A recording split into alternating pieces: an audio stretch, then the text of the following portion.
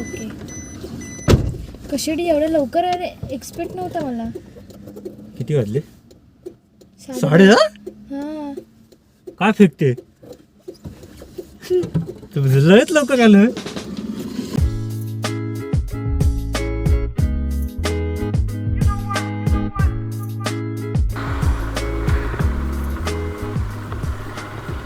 Good morning, good morning, very very good morning.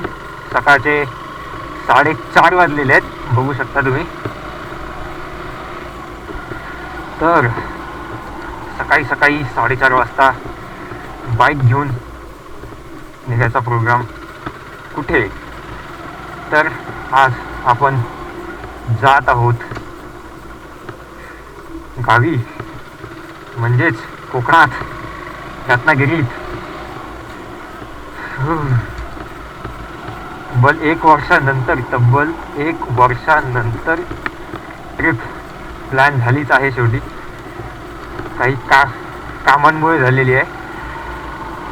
मजा मस्ती करायला भेटली तर नक्कीच करू, पण सध्या मेन काम इम्पॉर्टंट आहे, त्यासाठी मी निघालो आहे. बघूया कसा काय काय प्लॅन होतोय. आणि बाय द वे, आज आपण हिच्याबरोबर नाही जाणार आहे, म्हणजे आपल्या क्विकीला घेऊन जाणार नाही आहोत आपण जाणार आहोत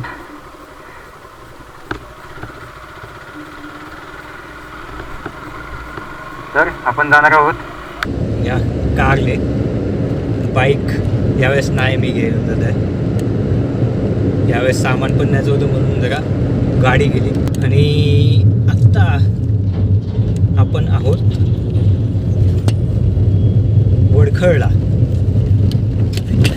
वडखळचा जो बायपास झालेला आहे नवीन कोकणात घुसायचा, त्या ब्रिजवर आता आपण सध्या आहोत. आता सकाळचे वाजलेत 6:48 आणि निघालेलो आम्ही 5 वाजता. आय गेस 5 वाजता निघालेलो. 2 तासात वडखळ क्रॉस करणारच आहोत. आता पुढे बघूया रस्ता कसा आहे, अजून काय आयडिया नाही आम्हाला. बरीच लोक बोलत आहेत रस्ता खराब आहे, बट बघू. चला, रोडची मजा घ्या तुम्ही. वडखळचा ब्रिज बघा आधी. हा डायरेक्ट वडखळ स्किप करून आपल्याला पुढच्या गावात उतरवतो, म्हणजे बस स्टॉप आपला स्किप होऊन जाईल. आणि खालचा जो डगमगणारा पॅच होता जिथे ट्रॅफिक लागते, खड्डे बिड्डे, जे आपण नेहमी एक्सपिरियन्स करत आलो कोकणात जाताना, ते सगळं पूर्ण ह्या ब्रिजमुळे स्किप होणार आहे. अजून बराच उजेड व्हायचा बाकी आहे, म्हणजे सूर्य हळूहळू वर येतोय त्या साईडनेच.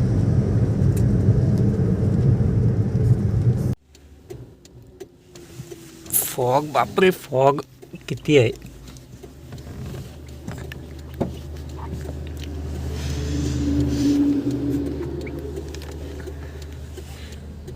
गाडीवर पण काय काय करावं लागतं. बाईक पण चांगली, गाडी पण चांगली. आता जस्ट वडखळ क्रॉस केला आणि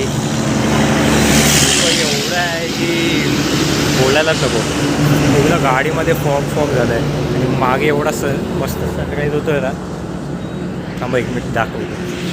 थोड्या वेळातच आपले सूर्यनारायण वर येतीलच. फॉग बघा यार, काय फॉग आहे, मस्त आहे. अजून थोडा पुढे भेटला पाहिजे, मजा येईल. कारल्यात एवढी थंडी होती की बापरे बाप, खिडकी खोलली, पूर्ण हवा टाईट. म्हटलं जाऊ दे, तसं पण आपल्याला काचा लावूनच जायला बरं पडेल, नाही तर धूळ आतमध्ये येणारच आहे. तसा आत्तापर्यंतचा वडखळपर्यंतचा रोड चांगला आहे, म्हणजे तुम्ही ऑलमोस्ट 80-90 क्रूज करू शकता. मी ऑलमोस्ट 80-90मध्ये क्रूज केला.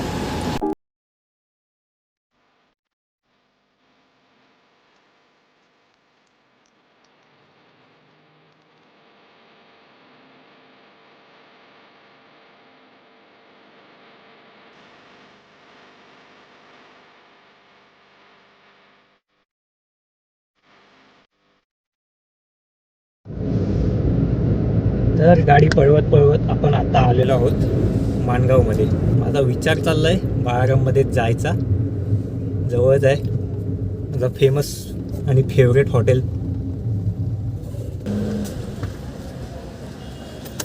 चला नाश्ता टाईम. तर तुम्हाला माहीतच आहे की मी गेल्या 2 व्हिडिओमध्ये जेव्हा आपण कोकणला आलो तेव्हा या हॉटेलची चर्चा करून झालो आहे. मी मामाच्या गावाला जाताना जो हॉटेलमध्ये मी थांबतो तोच हा हॉटेल. 8:30ला मानव मी एक्सपेक्टच केला नव्हता पहिली बार, पण आलो आहे. तर नाश्ता पाणी करतो, पहिले चाय पिऊया मस्तपैकी. एक अपडेट द्यायची होती की माणगाव ते जो कोलाडचा जो रस्ता आहे ना तो मस्त आहे, फक्त मध्ये मध्ये थोडेसे जे पॅच आहेत ना ते थोडे खराब आहेत, बाकी एक नंबर आहे. मध्ये आता तुम्ही शॉर्ट्स बघितलेच आहेत, तर त्यावरून तुम्ही अंदाजा लावू शकता. एक मेन्यू आला आहे आमचा वडा उसळ, तीही खाणार आहे. माझा बाबा फिक्स आहे masala dosa. And this is my menu. हा माझा स्पेशल मी खाणार.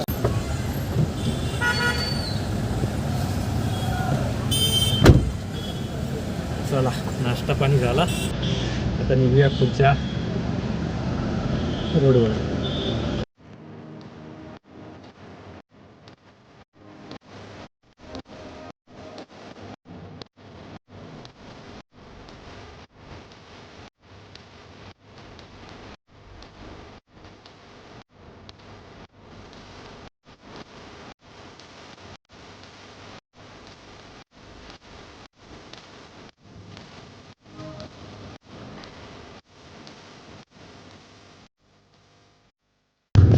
जस्ट महाडला पोचलो आहे आणि महाडचा हा चेहरा मोहरा बघूनच वेगळं वाटतं. ॲक्च्युली वेगळं वाटतं.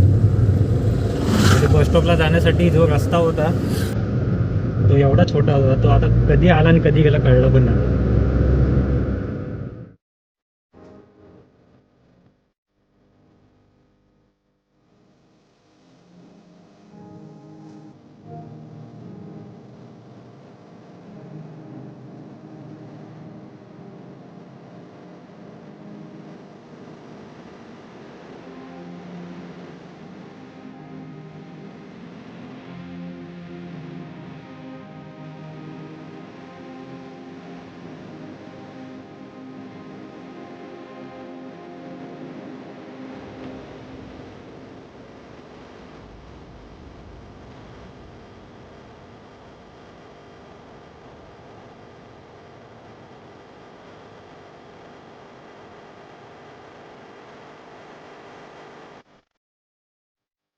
आता जो टोल बघितलात ना तुम्ही, तो आय गेस एकच टोल लागेल आपल्याला कोकणात रत्नागिरीपर्यंत जरी जायला. त्याच्यानंतर आय गेस डायरेक्ट कुडाळ साईडला आहे एक टोल मोठा आहे तो. पण टोल घ्या किती पण रस्ते चांगले ठेवा, एवढीच अपेक्षा आहे. पण कोकणाचा पूर्ण चेहरा मोहरा बदलणार आहे आपल्याला. पुढच्या पिढींना कोकणाची मजा कळणारच नाही. ते कोकण कशासाठी ओळखला जायचा ना हे पण कळणार नाही.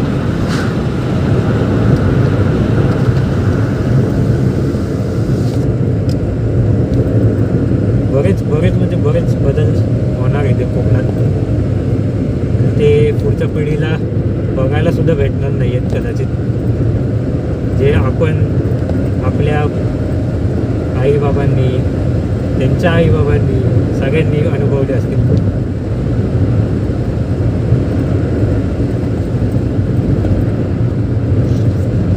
विकास होतोय, विकास कोकणात. दुपारचे वाजले 12:30 and live from Chiplun city. चिपळूणमध्ये डॉमिनोज बघून खायची इच्छा झाली माझी. जाऊ दे, मुंबईमध्ये पण तेच खातो, इथे पण तेच खाल्लं तर अर्थ काय. गावातून मच्छी खायला पाहिजे. रस्त्याचा अपडेट द्यायला गेलो तर रस्ता ठीक नाही असं म्हणेन मी. ओके ओके पण बोलणार नाही.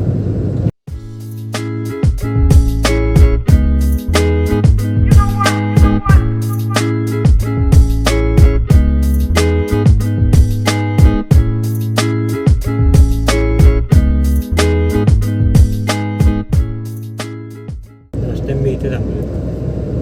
फर्स्ट टाइम आलेलो ना. फर्स्ट टाइम एक एक जागा मला माहिती आहे. कोकणात बऱ्याच लोकांच्या आठवणी असतात बाबा, वाईट आणि चांगल्या सगळ्याच मिक्स. संगमेश्वरला बऱ्यापैकी लांब सोडून आता पुढे पुढे रत्नागिरीच्या जवळजवळ येत चाललोय. संगमेश्वरला थांबून जरा द्राक्ष कुठे गेली.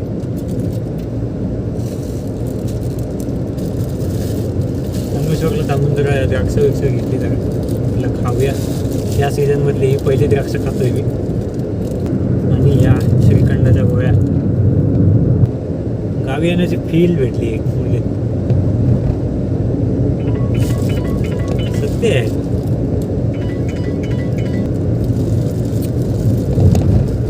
चला खात खात जाऊया आपण. खात खात काय आता थोडासा प्रवास उरलाय, एकदम थोडासा उरलाय एकदम.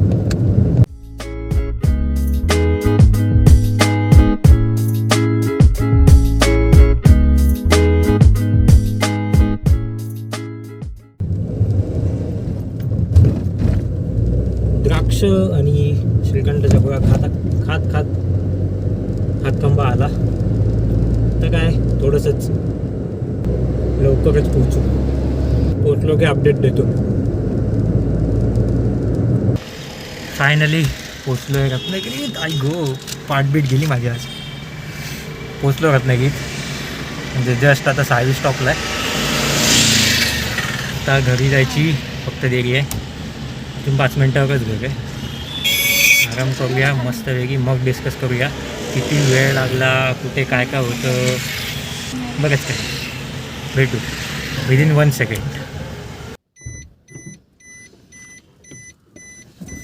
तर मित्रांनो, ब्लॉग एंड करायची वेळ आलेली आहे.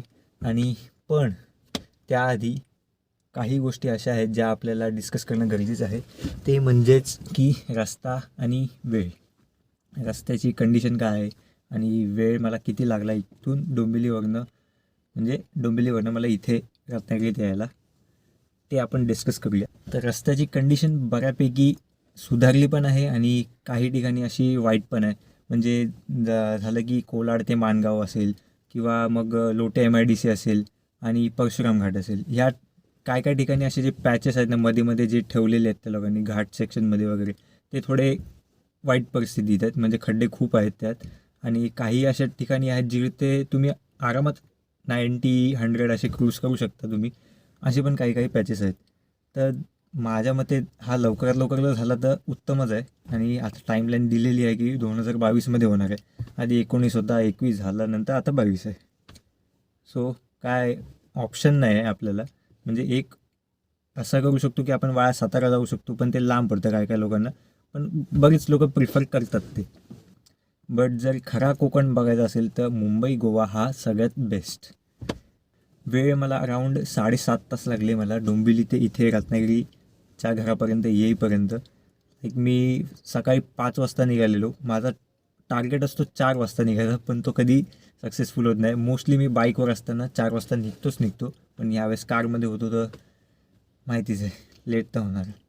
5 वाजले निघता 5 वाजता निघालो. नंतर मग मध्ये ब्रेकफास्ट वगैरे आणि नाश्ता आणि टाईमपाससाठी जो टाईम आपण घेतो त्यामध्ये 1.5 तास माझा असाच वाया गेला. सो मोजून मी 2 वाजता पोचलो. 2मधनं 1.5 तास गायब करा म्हणजे 12:30 अप्रॉक्स पकडून चाला. 12:30ला मी रत्नागिरीला टच असतो जर कंटिन्यूस चालवली असती गाडी तर.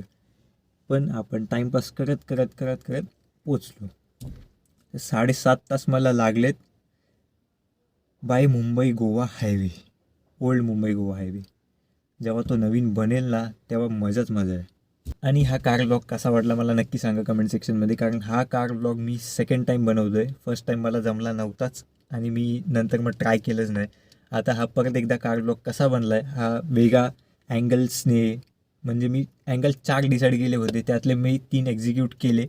हा एक अँगल होता आणि नंतर मग डॅशबोर्डवरला अँगल होता आणि एक मागे मी तिकडे लावला आहे तो त्या साईडला तो एक अँगल तुम्ही कशेडी घाटच्या सेक्शनमध्ये बघितला असेल, मागनं शॉट घेतलेलो. आणि एक इथे स्टेरिंगचा मी अँगल बघितलेला, पण तो ॲक्च्युली एक्झिक्यूट झाला नाही प्रॉपर. बाय टर्निंग असं मला घ्यायचं होतं, बट तो नाही झाला. नेक्स्ट टाईम मी प्रॉपर थोडा करून बघेन, समजू शकता तुम्ही. आणि जर व्हिडिओ आवडला असेल तर नक्की लाईक करा, शेअर करा तुमच्या फॅमिली आणि फ्रेंड्ससोबत ज्यांना कोकण बघायला आवडतं. आणि कमेंट सेक्शनमध्ये मला नक्की सांगा त्यांना कसा वाटला ते. आणि चॅनलला सबस्क्राईब करा, कारण ह्यापुढे अजून कार ब्लॉग्स मी ट्राय करणार आहे, वेगळे अँगल्स घेऊन, वेगळे शॉर्ट्स घेऊन. आणि मोटो ब्लॉग्स तर येतीलच, लवकरच येतील. जसं जसं क्विकीचं काम होईल, संपेल, तसं मी कोकणात तिला घेऊन जाईनच आणि कोकणातले मोटो ब्लॉग्स पण येतीलच. आणि तुम्ही मला फॉलो करू शकता इंस्टाग्रामवर, ट्विटरवर, तिकडे पण मी ॲक्टिव्ह असतो. तिकडे तुम्हाला काय क्वेश्चन्स विचारायचं तर विचारू शकता. आणि तिकडे माझे इंस्टाग्रामवर फोटोज पण बघू शकता, ट्रॅव्हल करता करता जे मी टाकलेत तेही आवडतील तुम्हाला नक्कीच. सगळे लिंक्स डिस्क्रिप्शनमध्ये आहेत आणि आय बटनमध्ये मी पहिले जे व्हिडिओज काढलेले आहेत कोकणातले, मोटो व्लॉग्स असो किंवा अजून काही जे शॉर्ट व्हिडिओज आहेत, ते सगळे डिस्क्रिप्शनमध्ये पण टाकतो आणि आय बटनमध्ये पण टाकतो. इथे कुठेतरी येतं ते चेक करा तुम्ही आणि नक्की बघा आणि तेही सुद्धा शेअर करा. भेटूया पुढच्या व्लॉगमध्ये, तोपर्यंत बाय बाय.